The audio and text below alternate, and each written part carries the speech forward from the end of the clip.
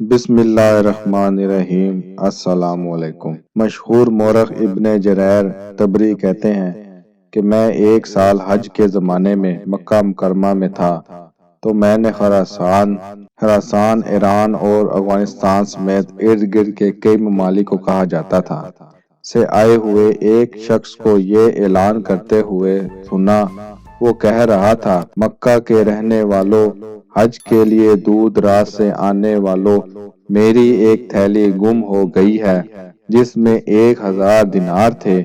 جو شخص بھی مجھے وہ واپس کر دے تو اللہ تعالیٰ اسے بہترین جزا دے اور جہنم سے آزادی عطا کرے۔ دینار سونے کا ایک سکہ ہوتا تھا اور آج کل کے حساب سے اس کا وزن 1347 گرام بنتا ہے۔ اس طرح اندازہ کر لیں کہ 1000 دینار اچھا خاصا سونے کا خزانہ تھا۔ یہ اعلان سنتے ہی مکہ مکرمہ کے ایک بڑے صاحب اٹھے اور انہوں نے اس اعلان کرنے والے کو مخاطب کر کے کہا، اے خراسانی بھائی، ہمارے شہر کے حالات آج کل بہت خراب ہیں۔ ہر طرف قحط سالی نے ڈیرے ڈالے ہوئے ہیں، مزدوری کے مواقع بھی نہ ہونے کے برابر ہیں، فقر و غربت کا دورہ ہے۔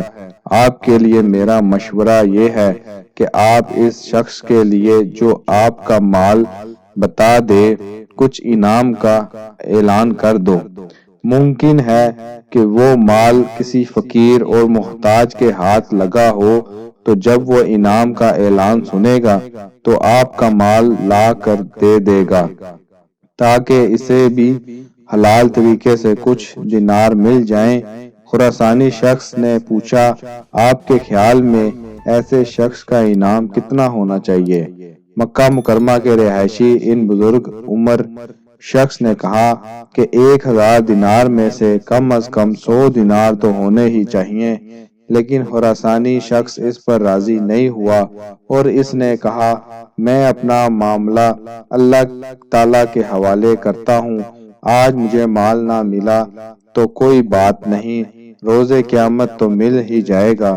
ابن جریر طبری کہتے ہیں کہ میں یہ سارا مکالمہ سن رہا تھا اور میں سمجھ گیا کہ یہ مال کسی اور کو نہیں، اسی بابا جی کو ملا ہے، لیکن یہ بغیر کسی حلال انعام کے اسے واپس نہیں کرنا چاہتا ہے۔ شاید یہ بہت محتاج اور فقیر ہے۔ میں نے اپنے شک کو یقین میں بدلنے کے لیے اور اصل صورتحال سمجھنے کے لیے اس کا پیچھا کیا کہ یہ کہاں جاتا ہے۔ وہ بابا جی اپنی جگہ سے اٹھے اور مکہ مکرمہ میں ایک پرانے محلہ کے کچے گھر میں داخل ہوئے۔ ابن جریر طبری باہر کان لگا کر سن رہے تھے۔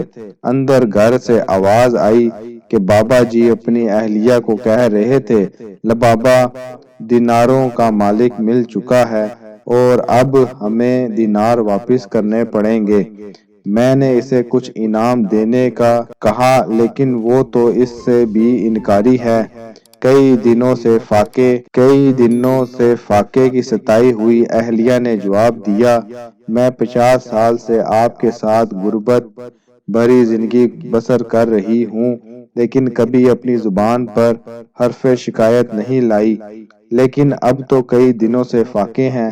پھر ہم دونوں کی ہی بات نہیں، ہماری 4 بیٹیاں، آپ کی 2 بہنیں اور آپ کی والدہ بھی ہے، انہی کا کچھ خیال کر لو۔ یہ مال جیسا بھی ہے آج خرچ کر لو، کل کو ممکن ہے کہ اللہ تمہیں مالدار کر دے تو یہ قرض چکا دینا۔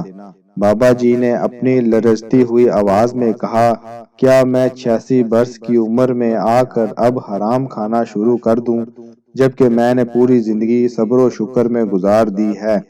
اب تو یوں سمجھو کہ میں قبر میں پاؤں لٹکائے بیٹھا ہوں، مجھ سے یہ نہ ہو سکے گا۔ بیوی بھی خاموش ہو گئی۔ ابن جریر طبری کہتے ہیں، میں یہ سب باتیں سن کر بہت حیران ہوا اور واپس حرم شریف آ گیا۔ اگلے دن جب سورج بلند ہوا تو وہی کل والا خراسانی شخص اپنے گم شدہ مال کا اعلان کرنے لگا۔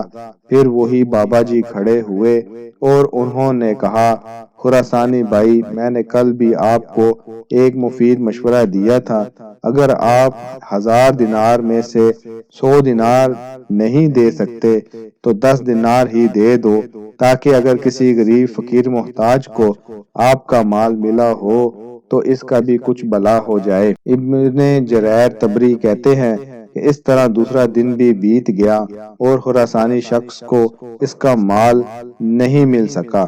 جب تیسرے دن کی صبح ہوئی تو پھر وہ آ کر اپنے گمشدہ مال کا اعلان کرنے لگا۔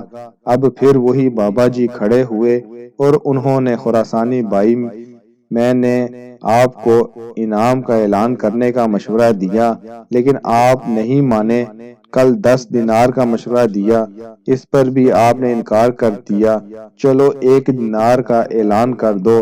ممکن ہے کہ جس غریب کو مال ملا ہے اس کے گھر میں کئی دن سے فاقہ ہو تو وہ 1 دینار سے اپنے اہل و عیال کے لیے کچھ کھانے کا انتظام کر لے گا۔ خراسانی شخص نے پھر بڑی ہی تنگ دلی کا مظاہرہ کرتے ہوئے کہا کہ میں 1 دینار بھی دینے کے لیے تیار نہیں ہوں، اپنا مال لوں گا تو پورا لوں گا ورنہ روز قیامت ہی فیصلہ ہوگا۔ جب بابا جی نے یہ سنا تو ان کا پیمانہ صبر لبریز ہو گیا اور اس خراسانی شخص کا دامن اپنی طرف کھینچتے ہوئے کہا، میرے ساتھ آؤ کہ میں تمہارا مال واپس کر دوں۔ اللہ کی قسم جب سے یہ مال مجھے ملا ہے میں ایک پل بھی سکون کی نیند سے نہیں سو سکا۔ ابن جریر طبری کہتے ہیں کہ میں بھی چپکے سے ان کے پیچھے پیچھے چل دیا۔ بابا جی اپنے گھر میں داخل ہوئے، دینار لیے اور باہر نکل کر وہ سارے دینار اس خراسانی شخص کو دیتے ہوئے کہا، اللہ تعالیٰ مجھے معاف کر دے اور اپنے فضل سے ہمیں رزق عطا فرمائے۔ مجھے ان کے پیچھے گھر سے رونے اور سسکیوں کی آواز صاف سنائی دے رہی تھی کہ سب کئی دن کے فاقے سے تھے۔ اس خراسانی شخص نے تسلی سے اپنے دینار گنے اور روانہ ہو گیا۔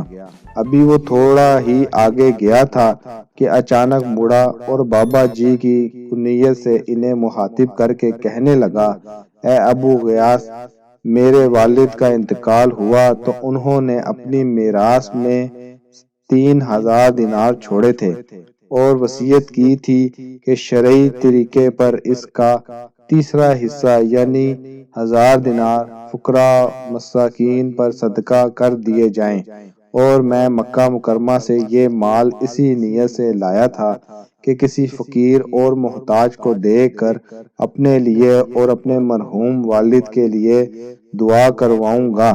مجھے اس سفر میں آپ سے زیادہ سفید پوش کوئی نظر نہیں آیا، اس لیے یہ مال رکھ لو اور اپنی ضروریات میں خرچ کرو۔ اس کی آنکھوں سے تشکر بھرے آنسو رواں ہو گئے اور اس نے خراسانی شخص کو اور اس کے والد مرحوم کو خوب دعائیں دی۔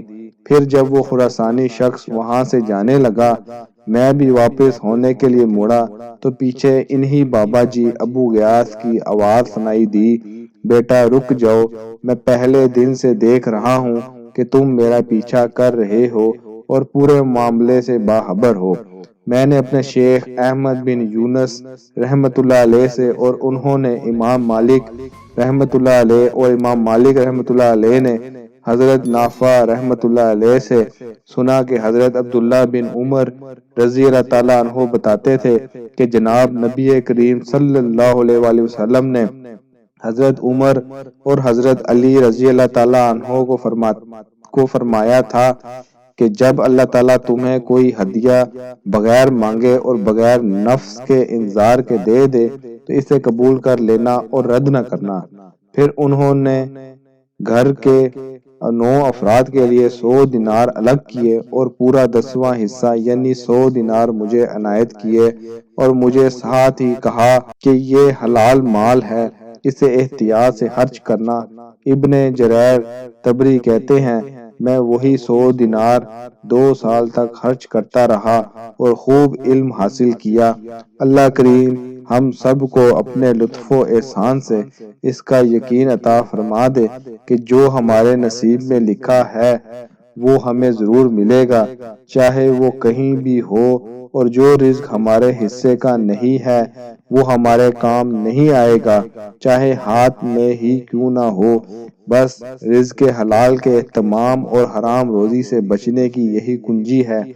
باقی رزق حلال کے لیے محنت، مسنون دعائیں اور مقبول وظائف بھی بندے کو اللہ تعالیٰ سے جوڑنے کے ذرائع اور بہانے ہیں۔ شکریہ۔ اللہ تعالیٰ ہم سب کا حامی و ناصر ہو۔